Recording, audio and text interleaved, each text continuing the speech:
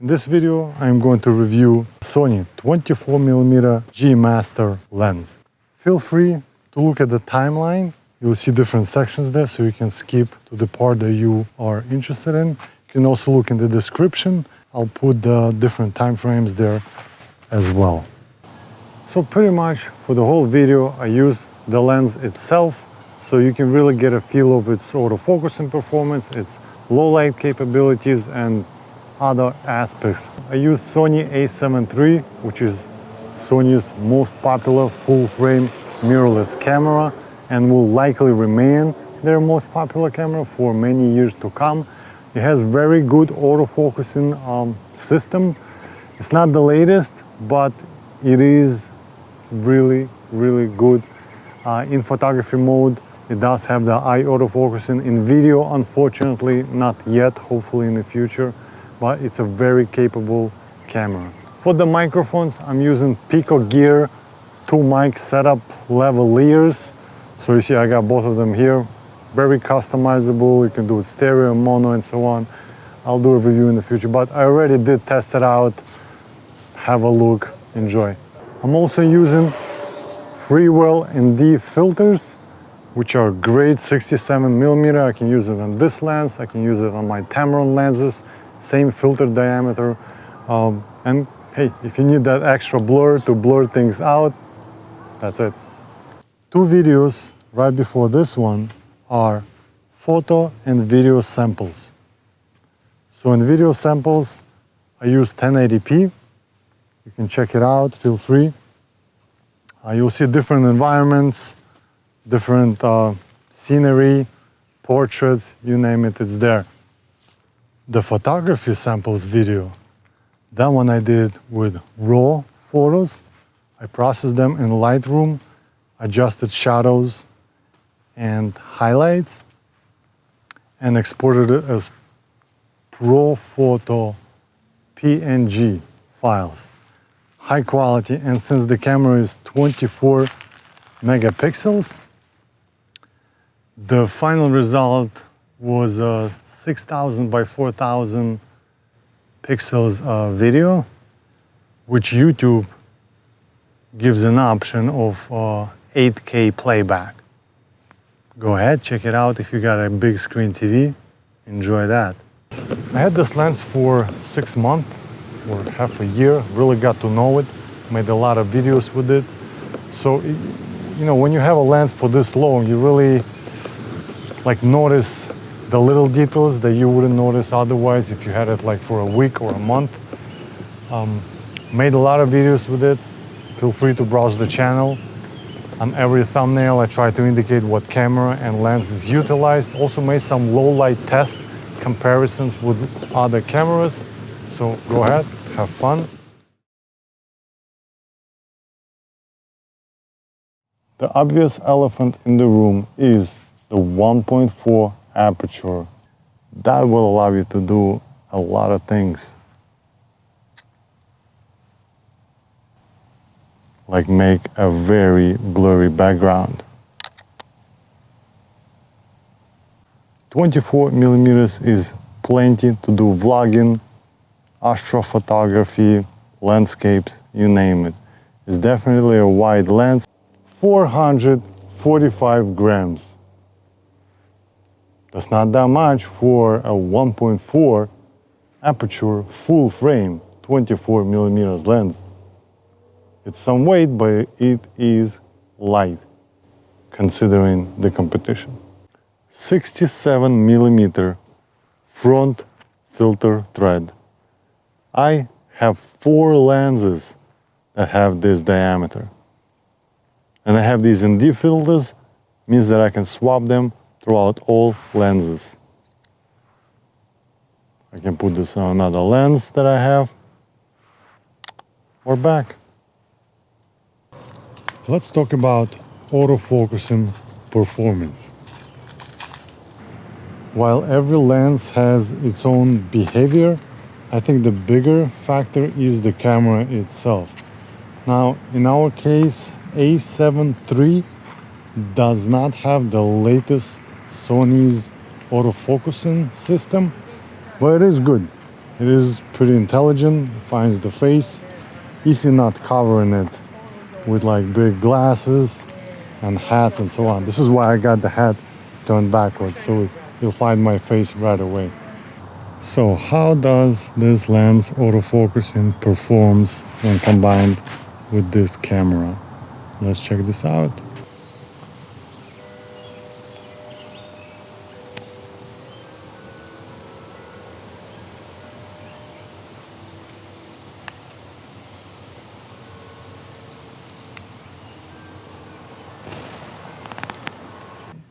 With Sony cameras, you actually have a few options in the settings where you can adjust how the autofocusing works. You can make it faster, you can make it slower. So if any particular lens is not performing fast enough, or it's too fast, like it's autofocusing is not what you would like, you can simply adjust those settings to the way do you like. Now, I noticed that with this lens, because it is wide, and when you're filming at a distance, it will have a hard time finding you. But as you do get closer, obviously it notices a body, and especially when you're close enough, you will notice the face and focus on that. How is the tracking? As I move away from the camera, it should be keeping focus on me. So let's try that carefully. I should be in focus.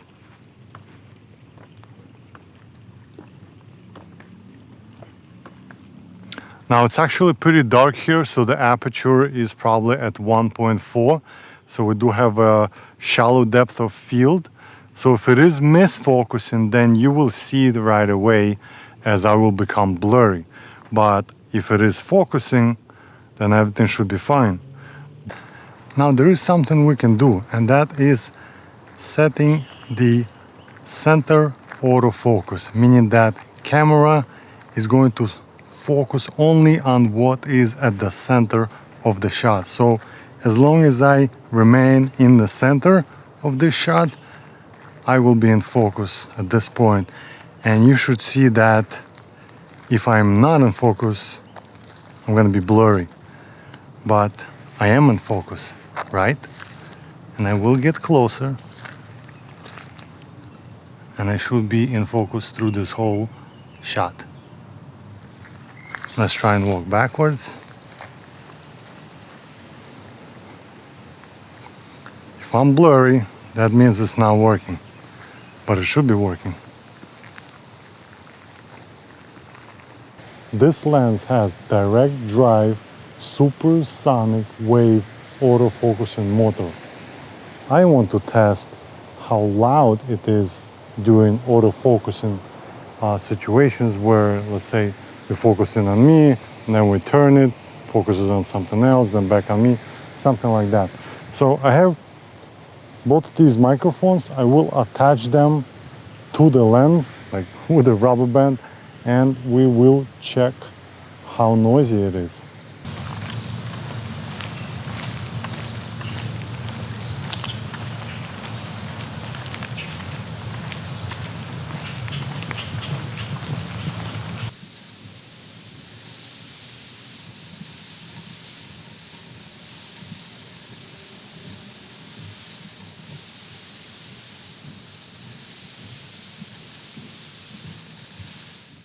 We got a shortcut button on the side, which is useful if you want to free up a shortcut from your camera.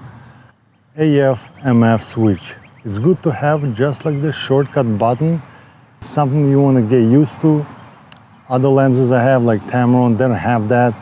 And I'm just used to not relying on any shortcut buttons on the lens itself. So when I do switch to the Sony, I never use that. But it's good to have. If all you have is Sony lenses with these buttons on the side, you definitely get used to them, and it is beneficial. You can free up some shortcut buttons on the body. Hey, more power to you. Let's talk about the aperture range. Is it good to have it?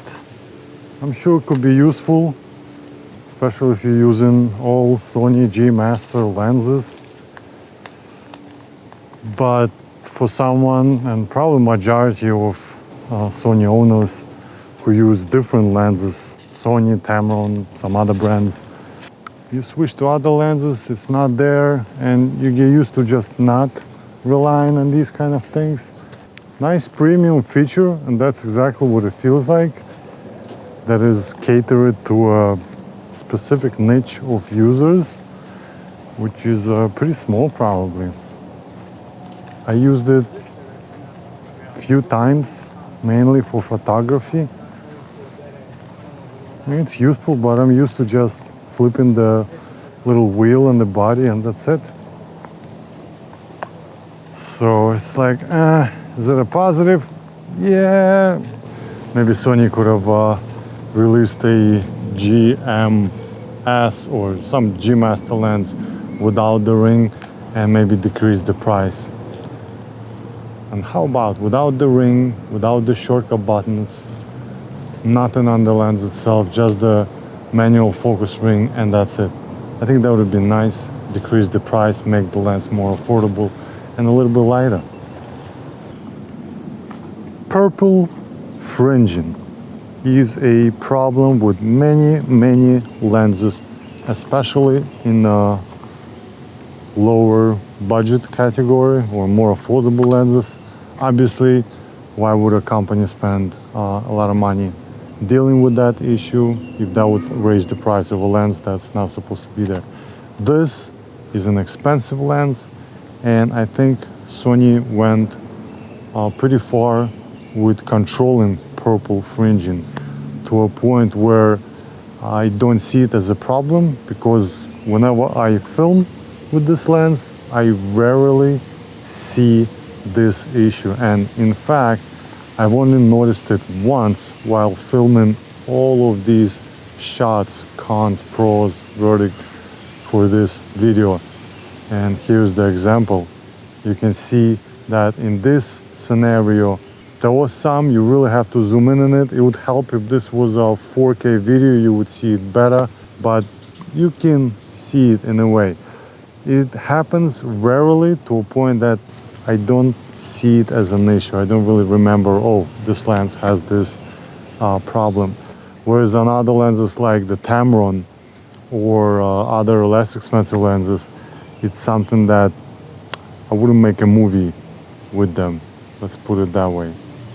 We got 11 diaphragm blades inside the lens. So these are the ones that control the aperture expansion and contraction in order to let in more or less light. We have 11 of them here, and that has an effect on the bokeh quality, especially the bokeh balls. The less expensive lenses have 9 and less blades, which of course will affect that quality.